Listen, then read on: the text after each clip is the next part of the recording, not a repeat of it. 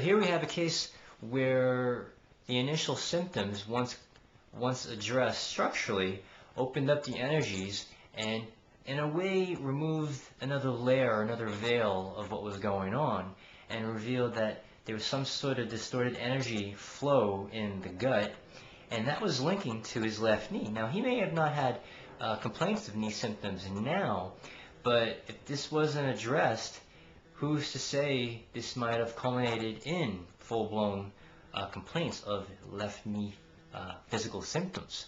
So anyway, taught him some self-massage of his abdomen, as well as I did some manual mobilization of some of his organs also.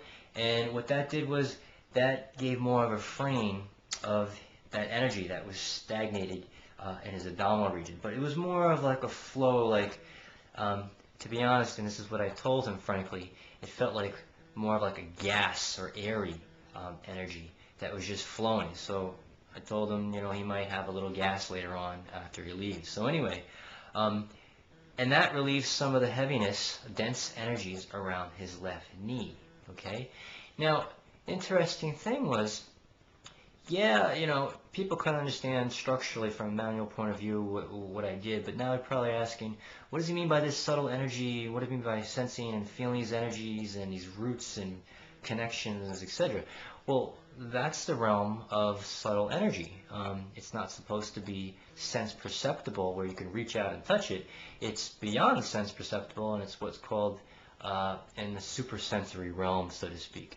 That's from my experience of working with energy as a shaman, and now I'm bringing my 13, 14 years of manual physical therapy, and I'm putting it all together that's real for the client. Now, the most important thing is, it's not so important that what I saw, because, that's just, what I saw isn't as important as what resonated with the client. And what resonated with the client, what felt right for the client, and what made sense to the client. Now, here's a guy who was sensitive to the energy aspects, and he could really intuitively see the connections between his life issues and life situations and events that were happening currently to his physical pain, and he did things to address that. But you see, he still had these physical complaints, so to speak. So I like to describe it as an analogy of this. It's like spilt milk, where he addressed the spiritual aspects of his life situation. He made the changes. That's equivalent to like picking up the milk carton that was spilt and putting it away. Now, but he still had this physical stuff going on.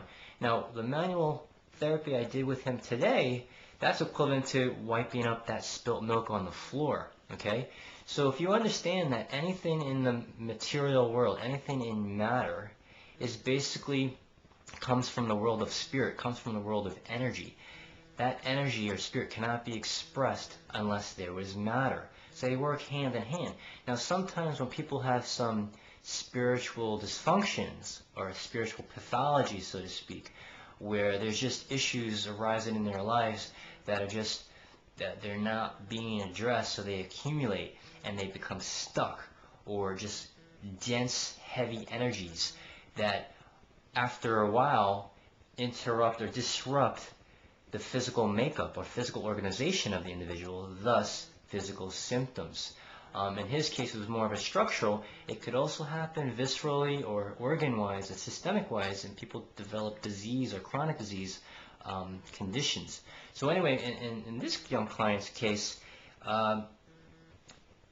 it felt right for him. So after I gave him some stretches, some movement or mobility exercises to do on his own, obviously he's under observation with me, to experiment with some of the movements, but which, by the way, after all the stuff we did with him today, I had him do some provoking movements that previously had provoked it, and nothing was coming about. So objectively, there is something to say about this approach. Now, this approach is really, it's really not rocket science. It's just putting together in a truly holistic manner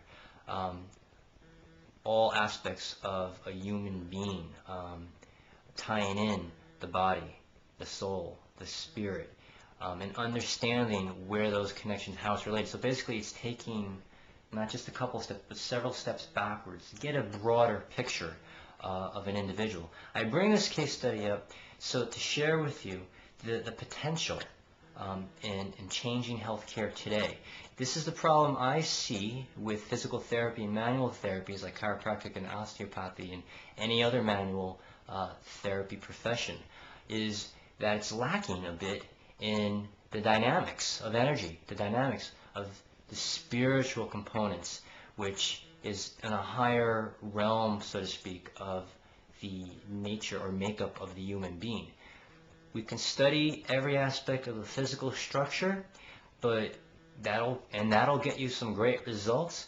But if you don't understand the dynamics and the process of how that relates to a person's spiritual, their mental, emotional aspects, and that broader picture, you're really self-limiting, or you're limiting your practice, and you're limiting that person's ability to feel healthy, or as I define health as to be whole.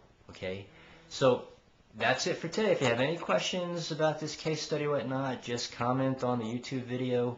I'm very grateful for you to watch these videos, and until the next time, I'm Michael Hoxton from HoxtonHealth.com. Have a wonderful day.